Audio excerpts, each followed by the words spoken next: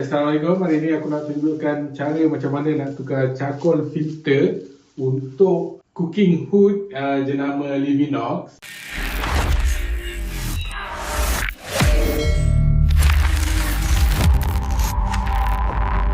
Filter ni kalau korang nak beli, korang boleh beli di Shopee. So aku ada sediakan link di bahagian description, korang boleh klik link tersebut lah.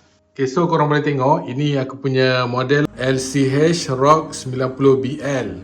Charcoal filter ni bukan untuk model ni sahaja, dia boleh gunakan untuk model Livinox yang model lain. Untuk buka cooking hood ni, korang tarik saja ke depan. Okay, so dekat sini kalau belum bersihkan lagi, biasa dia akan berminyak sebab dekat sini memang ada kumpul minyak-minyak tu akan terkumpul dekat sini. So korang boleh basuh, korang boleh bersihkan ni, korang boleh basuh lah Lepas tu korang tengok dekat sini ada skru ada nut dia dekat ni. Kiri kanan ni ada dua ni. Nut ni korang kena buka, pusing lawan arah jam. Okay, so korang buka ni. Buka ni korang simpan lah, letak tepi dulu. Okay, so lepas tu korang buka yang satu lagi ni. Yang satu lagi ni So kalau buka yang ni, korang kena hati-hati sikit lah sebab dia akan jatuh, yang atas ni akan terbuka.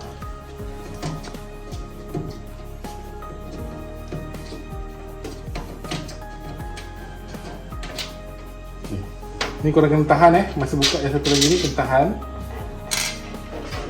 Lepas tu boleh buka lah yang ni. Okay, nak buka ni korang turunkan je dulu. Turunkan ke bawah. Okay, dan boleh buka. So yang ni korang boleh tengok dia akan berminyak juga. Ini hari tu aku baru cuci, so dia kurang berminyak. So kalau lama korang tak buka, dia memang akan berminyak dengan teruk lah. Yang ni korang boleh cuci, bersihkan So korang boleh tengok dekat dalam ni. Okay, charcoal filter tu dia dekat sini Dekat sini dia tempat sangkut dia ni. Ni satu dengan atas satu. So aku punya cooking hood ni, masa orang dulu pasang, dia tak letak charcoal filter tu. Jadi aku punya hood ni tak ada charcoal filter. So kali ni baru aku nak pasang. So macam nak pasang, korang gantung je ni dengan ni dekat lubang ni. Dia ada dua, satu atas, satu dekat belah atas ni, satu lagi dekat sini. So korang gantung je.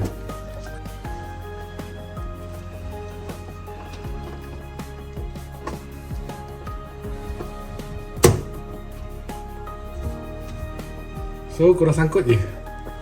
So korang boleh tengok aku dah gantung ni. Masukkan je. Senang je, satu dekat atas, satu dekat bawah. Pastikan jangan pasang terbalik lah. Tapi aku tak rasakan terbalik lah sebab kedudukan dia memang macam ni. Kalau korang pasang terbalik memang takkan boleh pasang lah Okay, so korang masukkan ni dulu kat lubang untuk pasang balik. Rapatkan ke depan, lepas tu tolak ni atas.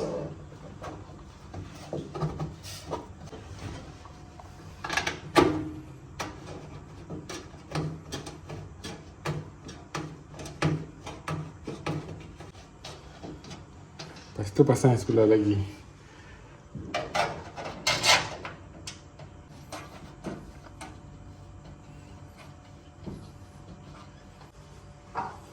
Okay, so lepas tu kita pasang semula lah yang ni. Ni macam nak pasang, senang je.